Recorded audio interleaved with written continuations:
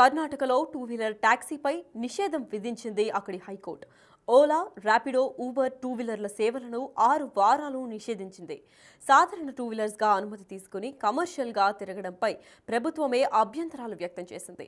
ప్రభుత్వ వాదనలతో ఏకీభవించి ఆ సర్వీసులపై బ్యాన్ విధించిందని హైకోర్టు ఇప్పటికే తెలిపింది.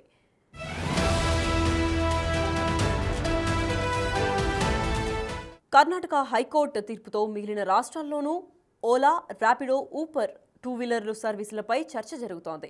కర్ణాటక హైకోర్టు తీర్పుతో మిగిలిన రాష్ట్రాల్లోనూ Ola, Rapido, Uber two wheeler సర్వీసులపై చర్చ జరుగుతోంది. వైట్ బోర్డ్ నెంబర్ ప్లేట్ ఉన్న టూ వీలర్స్ కమర్షియల్ వినియోగానికి అనుమతి ఉండదన్న అక్కడి హైకోర్టు తీర్పు మిగిలిన రాష్ట్రాలకు కూడా ప్రభావం చూపే అవకాశం ఉంది. బైక్ టాక్సీలు చట్టవిరుద్ధమని పేర్కొంటూ కర్ణాటక ప్రభుత్వం అగ్రిగేటర్ల సేవలను వ్యతిరేకించింది. దీనికి చట్టబద్ధత అవసరమని హైకోర్టు అభిప్రాయపడింది. టూ వీలర్లను రవాణా వాహనాలుగా గుర్తించాలని, వాటికి కాంట్రాక్ట్ క్యారియర్లుగా పర్మిషన్లు ఇవ్వాలని తాము రవాణా శాఖను ఆదేశించలేమని హైకోర్టు స్పష్టం చేసింది. దీనికి సరైన చట్టం అవసరమని కర్ణాటక హైకోర్టు న్యాయమూర్తి జస్టిస్ బిఎం శ్యాంప్రసాద్ స్పష్టం చేశారు.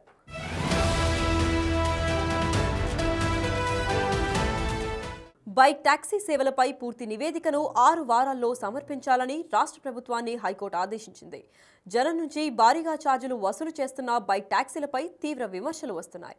తక్కువ దూరానికే ఎక్కువ ఛార్జ్ తీసుకుంటున్నారని జనం గగ్గోలు పెడుతున్నారు. ఈ నేపథ్యంలోనే కర్ణాటక ప్రభుత్వం కూడా సీరియస్గా స్పందించింది. ఈ క్రమంలోనే మోటార్ వాహనాల చట్టం 1988లోని సెక్షన్ 93ని కఠినంగా అమలు చేయాలని నిర్ణయించింది. అప్పటి వరకు బైక్ టాక్సీలపై నిషేధం అమల్లోకి ఉంటుందని ప్రభుత్వ వర్గాలు స్పష్టం చేశాయి.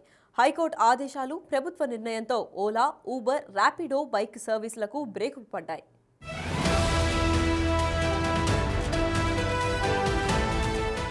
మరోవైపు బైక్ టాక్సీ కంపెనీలు తమను రవాణా సేవల సంస్థలుగా పరిగణించి లైసెన్సులు ఇవ్వాలని ఇంప్లీడ్ పిటిషన్ దాఖలు చేశాయి. వాటిని హైకోర్టు తిరస్కరించింది. ఈ సంస్థలపై ప్రభుత్వం గతంలోనే కొన్ని కీలక ఆదేశాలు జారీ చేసింది. ప్రభుత్వ నిబంధనల ప్రకారం ఆటోలకు మొదటి 2 కిలోమీటర్లు 30 రూపాయలు, ఆ తర్వాత ప్రతి కిలోమీటర్కు 15 రూపాయలు ఛార్జీ ఉండాలి. కానీ ఈ సంస్థలు నిబంధనలను తుంగలో తొక్కి ఇష్టానుసారం మినిమం ఛార్జు 100 రూపాయలుగా వసూలు చేస్తున్నాయని ఫిర్యాదులు వచ్చాయి. దీంతో 2022లో ఆయా సంస్థలకు సంబంధించిన బైక్లపై ప్రభుత్వం నిషేధం విధించింది. కొద్ది రోజుల తర్వాత వెనక్కి తీసుకుంది. దీంతో బైక్ టాక్సీ సేవలు తిరిగి అందుబాటులోకి వచ్చాయి. తాజాగా కర్ణాటక హైకోర్టు బైక్ టాక్సీలపై నిషేధం విధించడంతో మళ్లీ ఈ సేవలు రద్దయ్యాయి. ప్రస్తుతం బెంగళూరు మహానగరంలో బైక్ టాక్సీలపై నిషేధంతో రోజువారీ ప్రయాణికులపై తీవ్ర ప్రభావం పడే అవకాశం ఉంది.